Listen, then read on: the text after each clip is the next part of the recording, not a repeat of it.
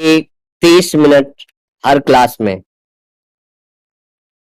जो शास्त्र सम्मत वचन हो संतों के वो सुनाए जाए तो निश्चित परिवर्तन हो जाएगा। चित्रकूट से एक आए थे, उन्होंने कहा कि हम अपने बच्चों को 30 मिनट सुनवाते हैं, जो ब्रह्मचर्य, माता पिता के साथ कैसा व्यवहार, गर्लफ्रेंड बॉयफ्रेंड का जो नाटक चला है कि बच्चे नहीं जानते हैं, उनको ज्ञान नहीं है, इंद्रियां वैसे ही चंचल हैं, मन वैसे ही बड़े बड़े साधकों को परेशान कर देता, फिर तो बच्चे हैं तो उनको लगता है सुना नहीं ना शास्त्र ना संत भाषा, तो उनको लगता है तो मनोरंजन है। फिर धीरे धीरे गिरते ऐसी परिस्थिति में पहुंच जाते हैं कि हिंसात्मक दोष बड़े बड़े कर डालते हैं, जिससे उनका जीवन बर्बाद हो जाता है। यदि ऐसा नहीं हुआ तो अपने आत्मघाती उपाय करने लगते हैं, जिससे वो बुद्धिहीन बलहीन हो जाते हैं और उनके द्वारा बड़ी आसुरी प्रवृत्तियां बढ़ती हैं। मतलब इतना कि ऐसा कैसे हो सकता है, जब कोई घटना ऐसे कभी ऐसे सुनने को लगता है मनुष्य होकर ऐसा कैसे हो सकता है, तो इतना निर्दयी कैसे हो सकता है। तो क्या हुआ, उसका सत्शास्त्रों से और सत वाक्यों से परिचय नहीं है, तो आसुर भाव, राक्षसी भाव पैदा, तो राक्षस तो कुछ भी कर सकता है। अब मनुष्य रूप में जो राक्षसी भाव का प्रवेश हो रहा है, बिना अध्यात्म के इसका सुधार हो ही नहीं सकता है, चाहे लाख उपाय कोई कर ले। अगर 30 मिनट कोई सत्संग उसको थोड़ा थोड़ा काट के बोलो, जैसे ब्रह्मचर्य पर है, माता पिता के प्रति भाव कैसा रखना चाहिए, आपका दोस्तों के प्रति कैसा भाव होना चाहिए, आपके जीवन का क्या स्वरूप है, क्या उद्देश्य है, आप स्वस्थ और बलवान और बुद्धिमान कैसे बन सकते हैं, आगे आप किन क्रियाओं के द्वारा धन कमा सकते हैं, कैसे आप रहेंगे तो धन आपको सुख प्रदान करेगा।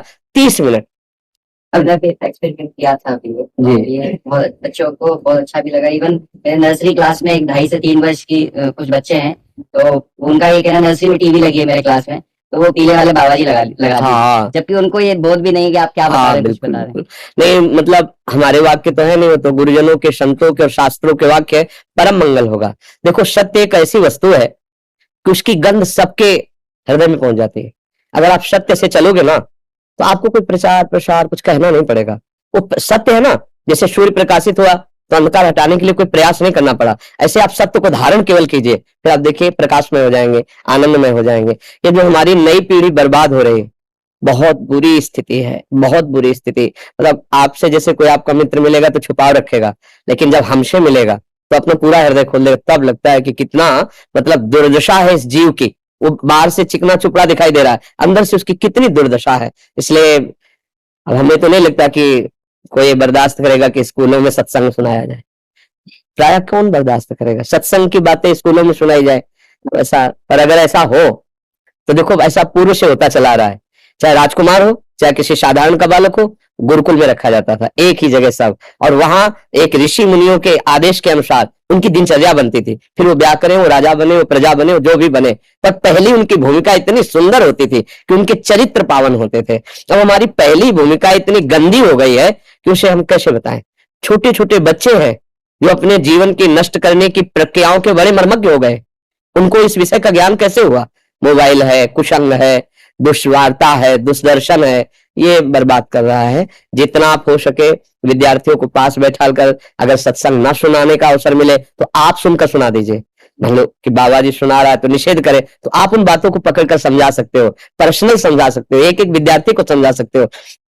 माँ की तरह गुरु होता है, चाहे वो शिक्षक हो चाहे वो भगवत मार्ग का हो, वो माँ की तरह होता है। कभी दुलार करना, कभी आंख भी दिखाना, और इतना प्रिय अपने विद्यार्थियों से बर्ताव करना चाहिए कि वो जैसे अपनी माँ से सब बात बता देते वैसे तुमसे बता दे। हमारे जितने भगवत प्रेमी शरणागत जन है, इनको हम इतना प्यार करते हैं कि अपनी गंदी से गंदी स्फुरणा को हमारे सामने बता दो, डरो मत, बता दो। फिर वो देखते हैं कैसे तुम्हारे ऊपर हावी होती है। जब आप कपट कर लेते हो, छुपा लेते हो, फिर हमारे हाथ की बात सुने, मोई कपट छल छिद्र, तो आप खोलकर सामने रखिए हृदय में, फिर उस पर विचार करते हैं, क्योंकि हम अकेले थोड़ी हैं, हमें हमारे गुरुदेव हैं, आचार्य हैं, इष्ट देव हैं, जिनकी प्रबल माया है, वो मायाधीश हमारे प्रभु है। देखते कैसे बिगाड़ सकता है। पर क्या है कि इतनी प्रियता भी देनी चाहिए, और इतनी प्रियता ना दे कि आज्ञा को उल्लंघन कर दे, ये बहुत चतुरता है। हमारा प्रिय शासन भी हो और प्रिय व्यवहार भी हो। क्यों छोटी सी छोटी बात विद्यार्थी ऐसे ही कि हमारे मन में, हाँ, फिर उसको समझाए, उसको अगर कोई गंदी क्रिया है तो एकदम उसे निराश न करे, कोई बात नहीं, सबसे गलती हो जाती है, एक बार आप इसे छोड़ने का प्रयास कीजिए, अब दोबारा ऐसी गलती ना करें। मतलब बहुत प्यार से, हमें तो लगता है माता पिता को भी ऐसा करना चाहिए, अपने पुत्रों को बैठाकर दोस्ती की तरह बात करनी चाहिए। अच्छा, तो कोई गर्लफ्रेंड बॉयफ्रेंड बना क्या आपका, बड़े प्रेम, मतलब ऐसा शासन नहीं रखना चाहिए इतना कि वो भयभीत होकर अपने हृदय की बात न बता पावे। कुछ बच्चे ऐसे होते हैं जो निकलना चाहते हैं, संकट में फंस गए, पर वो सोचते हैं कि अगर मैंने मम्मी पापा से कहा तो इस संकट से ज्यादा वहां संकट पड़ जाएगा। मुझे माता पिता से विनय है बच्चों के कि एक समय ऐसा निकालो जो 5 मिनट 10 मिनट अपने बच्चों के साथ दोस्त जैसा व्यवहार करो, बैठो बात करो। कोई भी समस्या का समाधान माता पिता से सहज में हो सकता है, क्योंकि वो प्रथम गुरु है और बहुत प्यार करते हैं। उनका रक्त इस शरीर पे संचलित हो रहा है। कोई ऐसे ही दुष्ट राक्षसी स्वभाव वाले हो तो बात अलग, कोई अपने बच्चे का अहित थोड़ी करना चाहता है, कोई भी माता पिता। तो बच्चों को चाहिए अपने हृदय की बात अपने टीचर से, अपने गुरु से, अपने माता पिता से रखे, क्योंकि उस समय अज्ञान की धरा होती है, उनको पता नहीं होता। खिलवाड़ में वैसे संकट में फंस जाते हैं कि फिर कोई रास्ता नहीं निकलता, और माता पिता विज्ञ होते हैं, उस रास्ते से निकालने का उनको भगवान ज्ञान दिए हुए हैं। क्योंकि जैसे जैसे अवस्था बढ़ती जाती है ना, विवेक भी, बुद्धि भी बढ़ती जाती है। तो मुझे लगता है माता पिता को भी चाहिए कि बच्चों के साथ मित्रवत कुछ समय व्यवहार करें और पूरी जांच रखें और उनको इतनी खुली छूट दे। अगर ऐसा आपके मन में कोई बात है तो हम उसे पूरी करेंगे ना, आप हमें बता दो ना। अगर मुझे सही लगा तो मैं 100% तुम्हारा साथ दूंगा। मतलब उनको लगना चाहिए कि मेरे मम्मी पापा वास्तविक मुझे प्यार करते हैं, तो वो अपने दिल की बात रख देंगे। और अगर ऐसा कि अगर, तो फिर उनको लगेगा कि अगर यहाँ तो हम बच सकते लेकिन वहां तो हमारी बहुत बुरी स्थिति हो जाएगी घर में। ऐसा नहीं होना चाहिए, शासन होना चाहिए। हम इस बात पे राजी हैं कि थोड़ा निगाह का भय तो होना ही चाहिए। मम्मी पापा अगर नेत्र टाइट कर दे तो बच्चे को भय लगे, पर इतना भय भी नहीं होना चाहिए कि वो आपसे अपने दिल की बात ना कह सके। टीचर को भी ऐसा ही चाहिए, गुरु को भी ऐसा ही चाहिए। तो ऐसा जो आपका विचार हो परम वंदनीय है, और हम प्रार्थना करेंगे सबसे कि अपने मित्र से, अपने पुत्र से, अपने परिवार से ऐसी शिक्षा के द्वारा व्यवहार कराया जाए। नहीं तो बड़ा 18-19 वर्ष की बच्ची है, 20-22 वर्ष का बच्चा है, दोनों को ज्ञान नहीं है, दोनों अधर्म परायण हो गए।